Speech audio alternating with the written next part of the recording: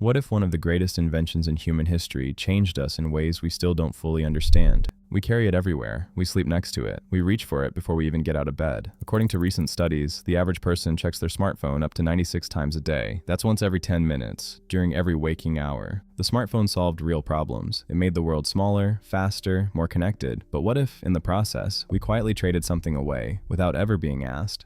Picture the year 2005. A tech-savvy person carries an entire bag of devices, a cell phone for calls and texts, an MP3 player for music, a digital camera for photos, a portable GPS unit, maybe a PDA, as a digital calendar, 5 devices, 5 chargers, 5 things to manage, keep charged, and not forget. Then, on January 9th, 2007, Steve Jobs walked onto the stage at the Moscone Center in San Francisco and described a single device that would replace all of it: an iPod, a phone, and an internet communicator. The reaction in the room wasn't ordinary applause. It was disbelief, laughter, the feeling of witnessing something historic. And it was. In 2007, there were roughly 122 million mobile internet users worldwide. Today, less than 2 decades later, that number has surpassed 5.4 billion, nearly 70% of the entire global population. The smartphone is the fastest adopted technology in the history of civilization, faster than electricity, faster than the telephone, faster than television. And what followed wasn't just a product launch, it was the end of entire industries. Kodak, once a global giant with 145,000 employees, filed for bankruptcy in 2012 because everyone suddenly had a camera in their pocket. Sales of standalone GPS devices collapsed by more than 70% within 5 years. The MP3 player market disappeared almost overnight. Paper roadmaps vanished from glove compartments. Video rental stores closed, city guides became decoration.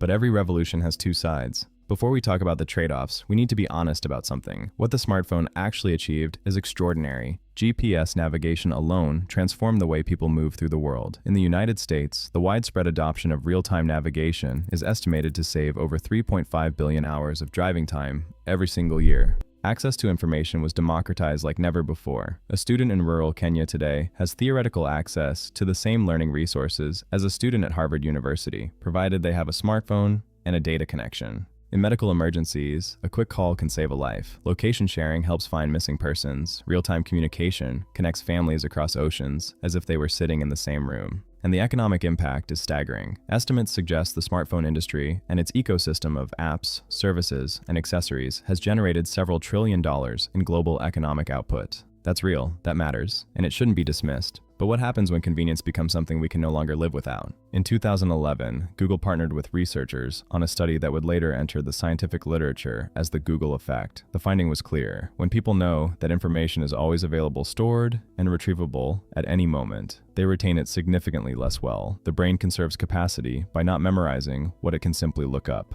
That sounds efficient, almost elegant, but it goes further. A study conducted by the cybersecurity company Kaspersky in 2015 surveyed thousands of people across Europe and the United States about their ability to recall phone numbers from memory. The result? Nearly 90% of respondents could not recite their own child's phone number without looking it up. More than 80% didn't know their partner's number. Their own office phone? More than half had never learned it. Before the smartphone, that would have been unthinkable. And it doesn't stop at phone numbers. Navigation research shows that people who rely on GPS consistently develop significantly weaker spatial orientation skills than those who regularly navigate without it. The brain builds what are called cognitive maps, mental representations of spaces and routes. These maps are formed through experience, through wrong turns, through actually exploring. GPS removes that experience from the equation.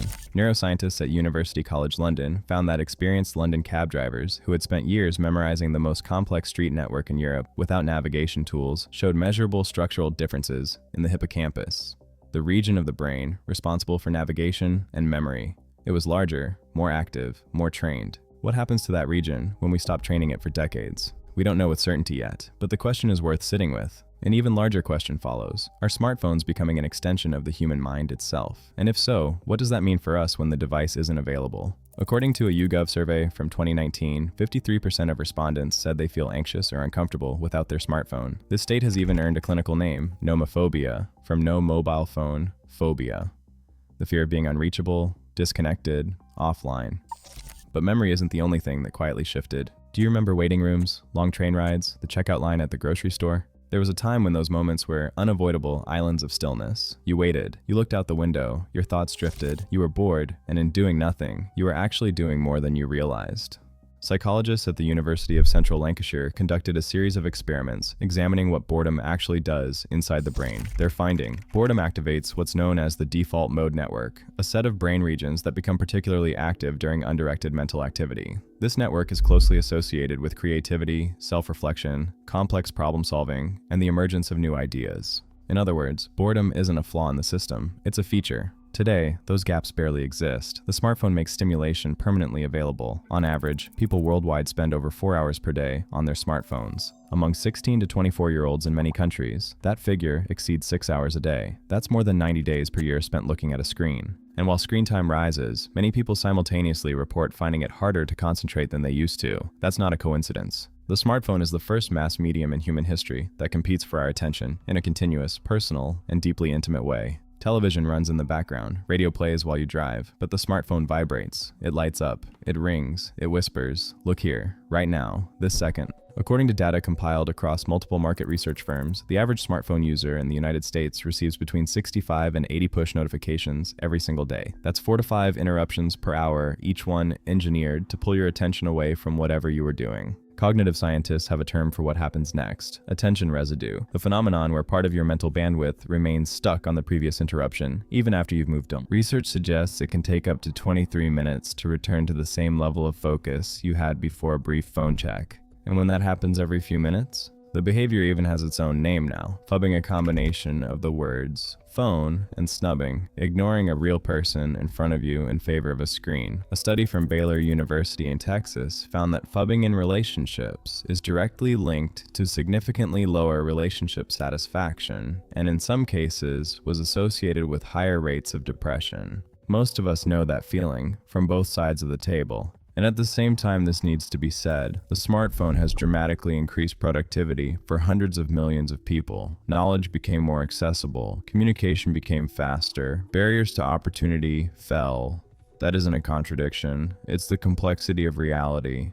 But if our attention has changed, what happened to our relationships? We are more connected than at any point in human history. In 2007, the year of the first iPhone, roughly 500 million people worldwide used the internet. Today, that number exceeds 5.4 billion. Social networks have created an entirely new form of global communication. WhatsApp alone sends over 100 billion messages every single day. Families separated by immigration, who once endured years of silence, can now stay close through daily video calls. Long-distance relationships that would have dissolved under the weight of distance survive through constant availability. Communities form across borders for people who might never have found their people in their immediate surroundings. That form of human connection deserves to be taken seriously. And yet many people describe a paradox: being constantly reachable while sometimes feeling more alone than ever. A 2017 study from the University of Pittsburgh examined the relationship between social media use and feelings of loneliness among young adults. The result: people who spent the most time on social media daily reported loneliness levels 3 times higher than those with the lowest usage. That doesn't mean social media automatically causes loneliness. Correlation and causation are different things, but it does show that more digital connection doesn't automatically mean less human loneliness.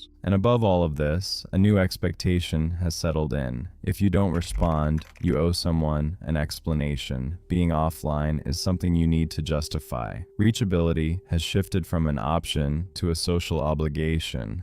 And somewhere along the way, almost imperceptibly, something fundamental changed. The smartphone was once a luxury product. The original iPhone launched in 2007 at $499 for the base model. It was expensive, it was novel, it was optional. You could live without it, easily. Today that's no longer true.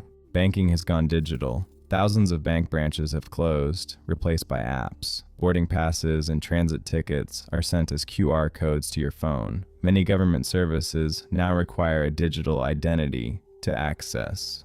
Two-factor authentication, the security layer protecting bank accounts, email addresses, and work systems, runs almost universally through a smartphone. Healthcare apps, digital prescriptions, vaccination records, all converging onto a single device. According to the Pew Research Center, over 85% of American adults now own a smartphone. Among adults under 50, that figure approaches 97%. The smartphone is no longer a tool you can choose to opt out of. It has become infrastructure, the way electricity is infrastructure, the way running water is infrastructure. Society simply assumes you have one, and those who don't, or who can operate one, become increasingly invisible in more and more systems. Whether that's a warning or simply the logical consequence of technological progress depends on who you ask. The smartphone solved real problems. It gave billions of people access to knowledge they never had before. It made distance bridgeable. It created safety, expanded productivity, and opened up possibilities that would have been simply unimaginable a single generation earlier.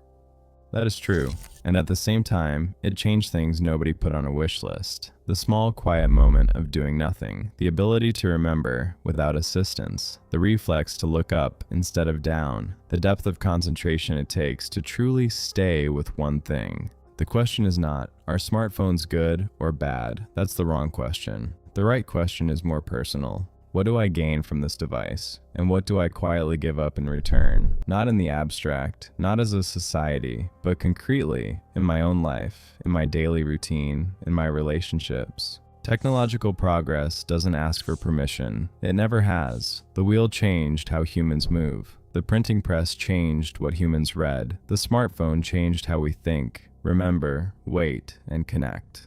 The critical question was never whether a technology arrives. The critical question has always been how consciously we choose to live with it, and that part is still up to us.